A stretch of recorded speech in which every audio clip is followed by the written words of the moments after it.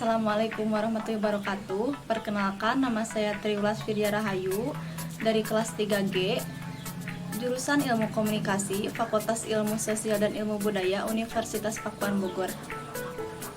Jadi di sini saya akan mewawancarai 5 narasumber yang berbeda profesi terkait masalah pandemi COVID-19 yang mungkin saja akan berdampak bagi pekerjaannya. Di antaranya yaitu yang pertama ada petani, yang kedua ada guru, yang ketiga ada pegawai apotek, yang keempat ada pegawai rumah sakit, ya, dan yang terakhir ada wirausaha.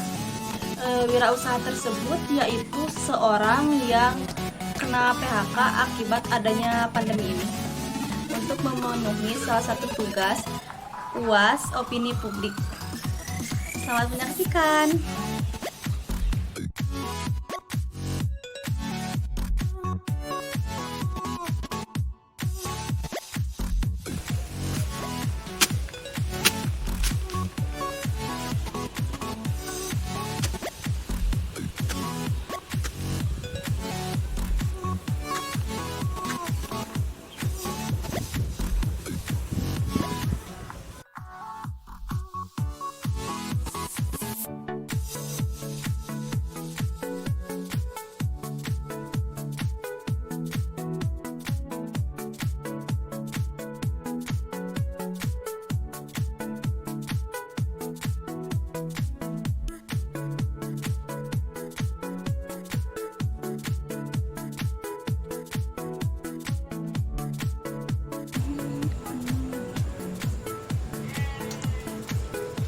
Assalamualaikum warahmatullahi wabarakatuh.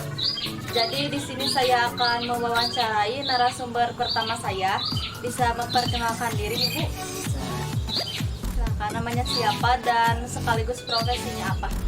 Nama saya Ibu Nuni, rangkap ibu rumah tangga sekaligus ibu tani. Terima kasih, Bu.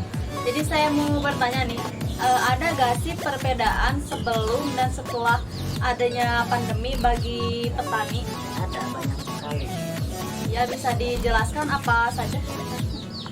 Dulu sebelum ada pandemi, waktu masih biasa-biasa aja, namanya pertanian itu gampang sekali. Misalnya beli pupuk gampang, murah, tapi sekarang udah susah, mahal. Terus hasilnya juga, petaninya juga kayak tanam padi gitu, udah murah, susah ngejualnya gitu. Jadi apakah dari penjualan padinya juga menurun atau Iya, sangat menurun, drastis sangat menurun. petani selain padi apakah nanam apa lagi? Nanam ikan, Nanam ikan. beternak ikan, iya. Oh, baik. Apakah selain ikan dan padi juga ada? Ada beternak ayam. Oh, iya. Dari tani juga itu nanam manggis juga, ada manggis.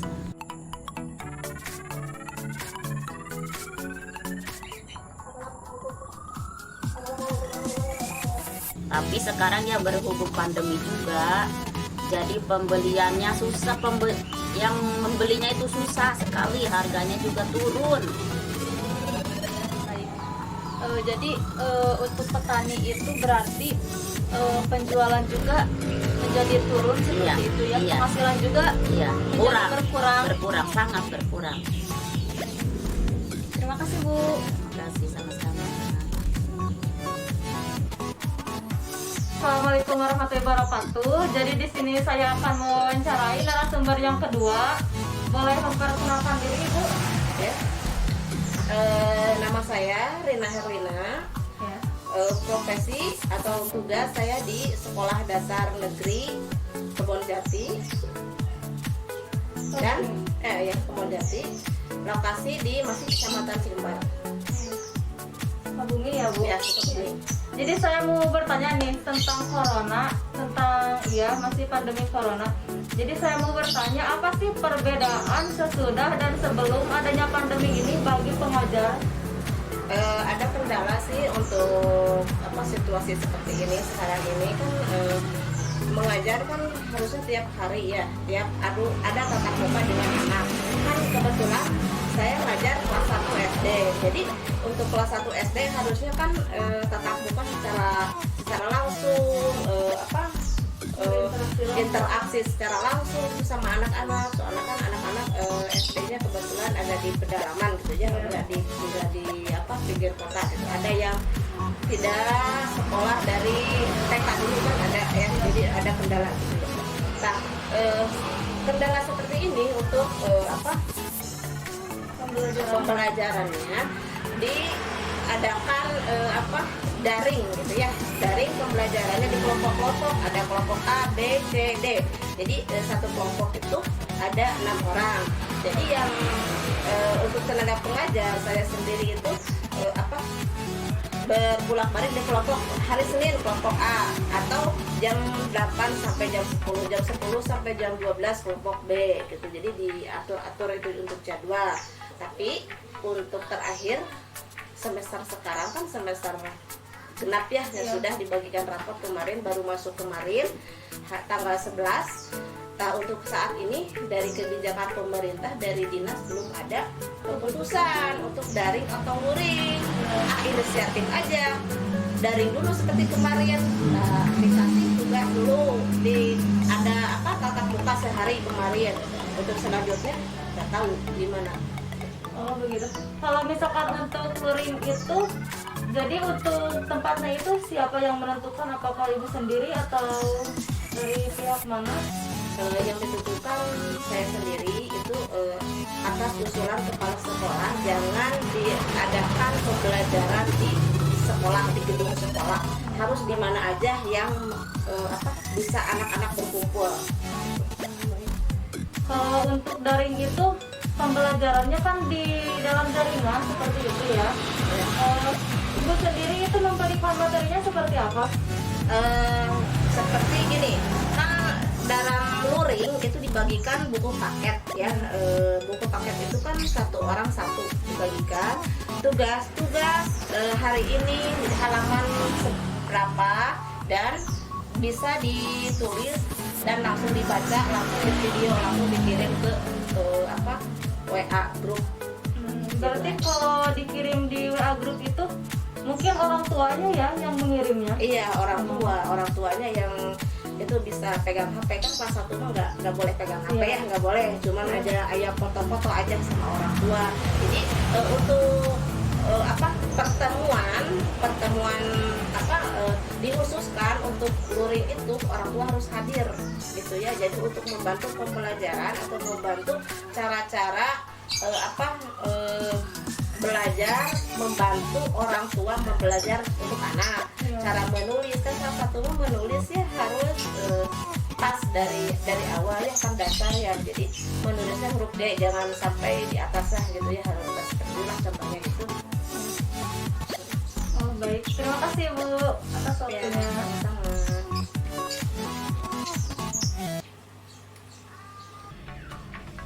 Assalamualaikum warahmatullahi wabarakatuh. Jadi di sini saya akan mewawancarai narasumber selanjutnya, yaitu TTK atau Tenaga Teknis Kefarmasian. Ya, benar, Mbak. Yang berada di daerah Bogor, di Apotek Bogor. Boleh memperkenalkan diri, Mbak? Ya, perkenalkan, nama saya Resti. Saya adalah TTK atau Tenaga Teknis Kefarmasian di Apotek salah satu di Bogor.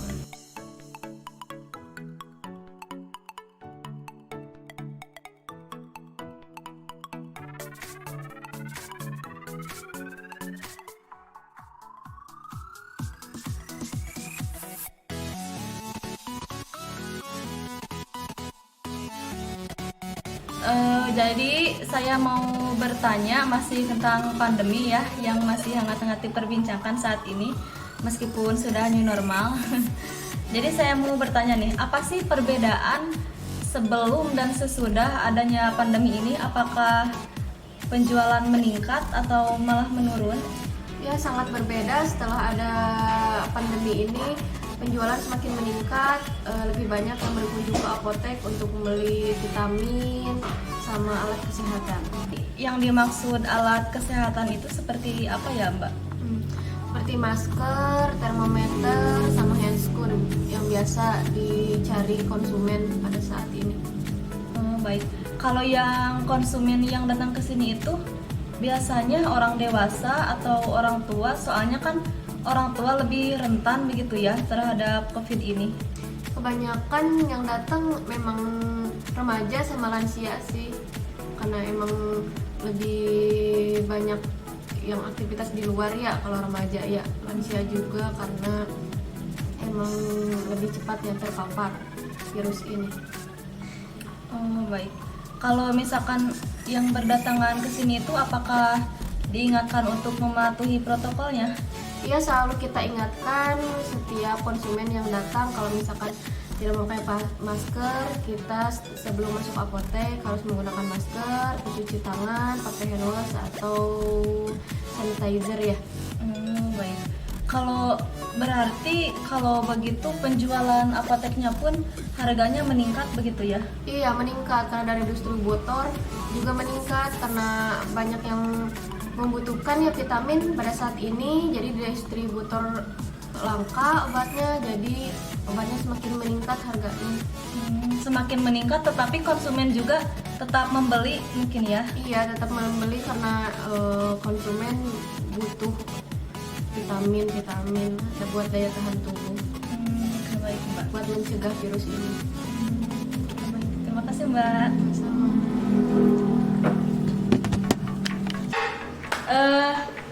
Di sini saya akan mewawancarai narasumber selanjutnya. Bisa memperkenalkan diri, Mas?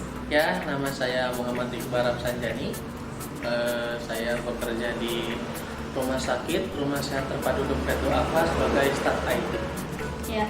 Saya mau bertanya nih soal pandemi. Kan di Ya. rumah sakit pasti lebih apa ya? Banyak, Iya, lebih banyak gitu. ya. Membicarakan soal pandemi itu seperti apa ya? Kalau di rumah sakit sendiri sih untuk pandemi corona ini kita sih mau ke 3M ya. Pertama memakai masker, Ya. terus menjaga jarak dan mencuci tangan. Nah, maksudnya kita memakai masker tuh di lokasi rumah sakit tuh kita diwajibkan lah, bukan diharuskan tapi diwajibkan untuk memakai masker di semua lingkungan rumah sakit. Terus menjaga jarak tuh jadi misalkan nih saya kan IT nih, Ya. nah saya ke ruangan yang membutuhkan bantuan dari saya lah, misalkan ke ruangan IGD. Nah di ruangan IGD tuh walaupun saya hanya berkontak langsung dengan perangkat komputer, tapi saya juga harus menjaga jarak dengan si perawat dan pasiennya. Nah seperti itu. Terus kalau mencuci tangan tuh, jadi pas kita mau melakukan suatu kegiatan itu kita cuci tangan dulu, dan setelah melakukan kegiatan kita cuci tangan lagi. Ya seperti itu. Di rumah sakit apakah banyak isu-isu yang terpapar positif gitu? Pasti karena kan nama juga rumah sakit ya, kita bekerja di rumah sakit itu banyak bukan hanya pasien saja yang datang ke rumah sakit, tetapi juga ada keluarga pasien menjenguk atau mengantar pasien, jadi pasti ada. Dan itu berarti di pandemi ini yang datang ke rumah sakit apakah lebih banyak atau bagaimana gitu? Soalnya kan banyak orang-orang yang baru aja pilek terus ya takutnya positif seperti itu.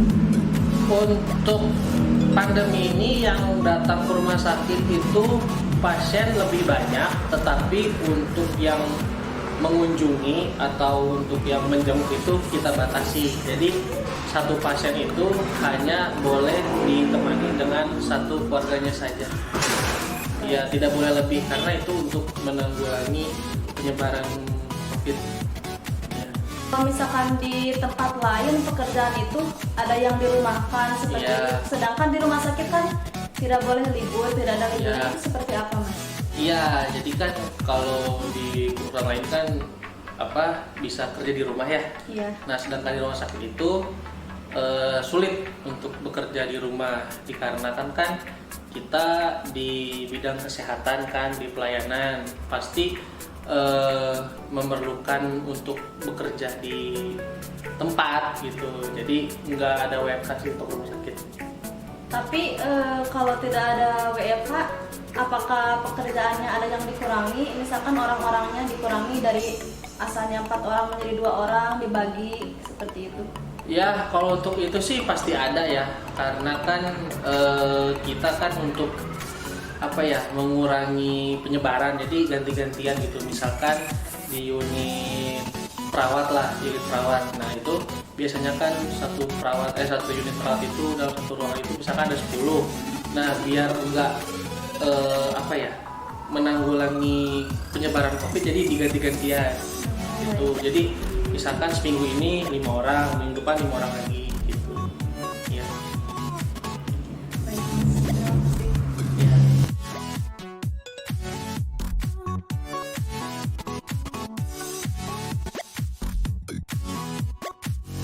Jadi di sini saya akan mewawancarai narasumber saya yang terakhir.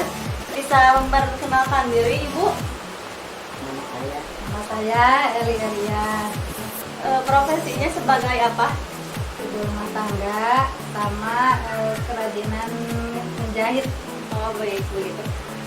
Saya mau bertanya masalah pandemi. Apa sih perbedaan sebelum dan sesudah pandemi bagi pekerjaan Ibu? Apakah ada perubahan? Sangat banyak perubahannya. Oh, baik. Bukannya Ibu sebelum pandemi juga menjadi karyawan gitu ya? Kenapa Iya. sekarang menjadi ibu rumah tangga sekaligus menjahit di rumah, menjadi wirausaha? Kan dulu pernah bekerja di pabrik di perusahaan, kan karena pandemi jadinya di PHK, kena PHK-an semua. Terus sekarang di rumah hitung-hitung sambil belajar menjahit pulang bisa menjahit sedikit gitu, jadi dipergunakan, dan alhamdulillah ada buat Biaya sekolah. biaya, buat menambah biaya sekolah. Apakah selain menjahit Ibu juga ada usaha lain? Ada beternak bebek. Oh, alhamdulillah. Beternak bebek.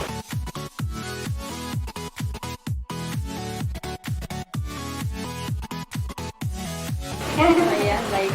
Selain itu apakah ada lagi masak atau bagaimana gitu, menjual makanan? Oh enggak, menjual makanan sih.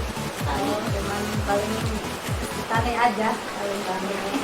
Baik, terima kasih Bu. Ya. Beres. Sudah.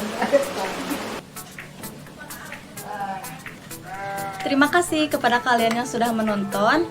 Semoga bermanfaat. Mohon maaf bila ada kata-kata yang kurang berkenan. Wassalamualaikum warahmatullahi wabarakatuh.